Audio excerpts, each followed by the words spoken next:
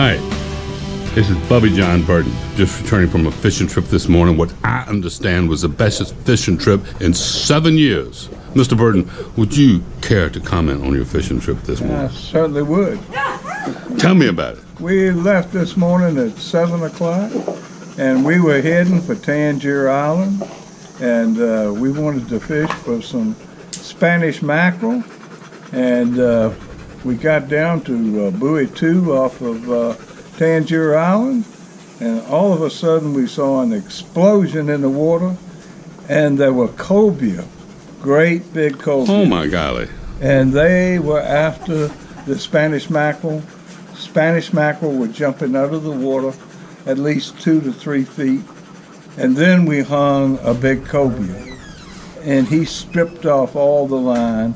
Oh my golly. And the fellow that caught him said had just caught a 50-pounder. And he said he weighed more than the fish that he had just caught. So wow. He went over, and there was a boat over very near us, and we were trying to keep up with him because we had no line left on the rod and reel.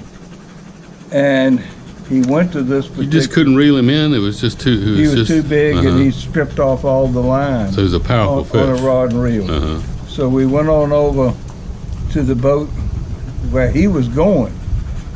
And my nephew, who's very mild-mannered, started yelling a few... You noticed the crowd laughed at you when you said that. You noticed that, right? Oh, yeah. Okay. Yeah. He started putting some curse words on the guy, telling him, why in the hell are you over there when you can't you see this damn fish is coming towards you?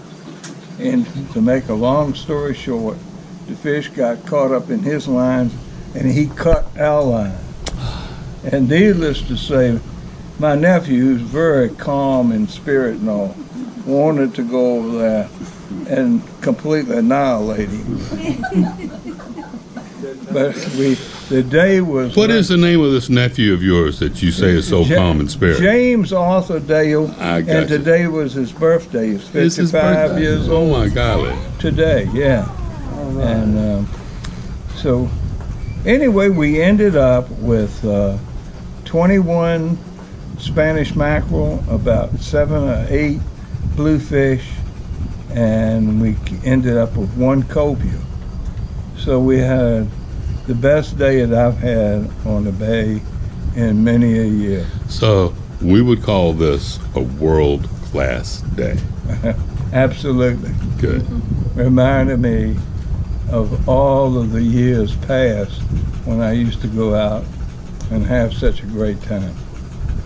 You had a great time today. Absolutely. Well, you're not telling me you haven't had a great time in the last 7 years until today. That's not what you're saying, is it? No, I'm just telling you that the fish haven't The fish been were there. good. Well, hey, congratulations. Thank It makes life worth living. Right. Now that brings us to the next question, because curious minds want to know. There's a truck over here, and if you want to go over there with me, fine. I'll interview you about the truck. And if you want me to go over there and take a video and then come back and interview you about the truck, I'll do that. But somehow I think we'd all be blessed if you took a minute or two and walked over next to the truck. So I can I'll tell ask you right you now, I'm specific enjoying the questions. beer too much. Can I stay in the chair? If you want to. I'm just telling you it'd be a better interview if you were by the truck. Yeah. Well, I mean, It's up to you. what do you want to ask me about the truck? I don't know. I got to go over and look at it and see what the obvious questions are. Oh, yeah. Well, it's loaded with branches. Well, all right, I'll go over and record it. So this is the truck. And I think it's easy to say there are not many trucks that have been loaded with this amount of branches on it coming down the road. So there is a story behind this, and we're going to find out what that story is right now. And we're going to talk about the truck, Bobby.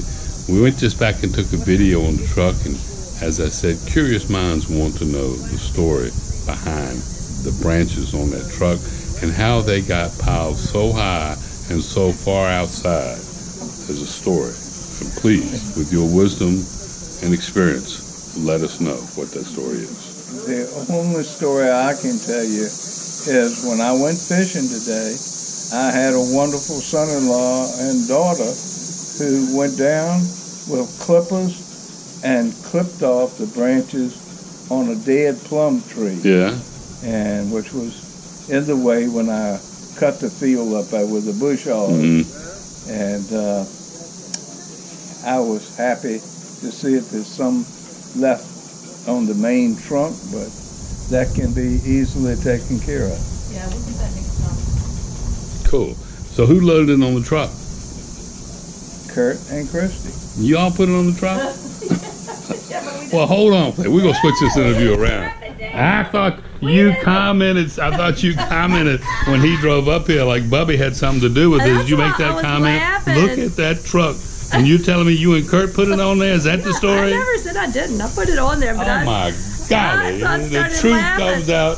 When he pulled The up. story has ended up better than it possibly ever could have, Bubby, only because we wanted to know the truth behind the truck and the branches, and now we have The it. funniest thing was when he pulled up with the truck full of branches. Yeah, it was.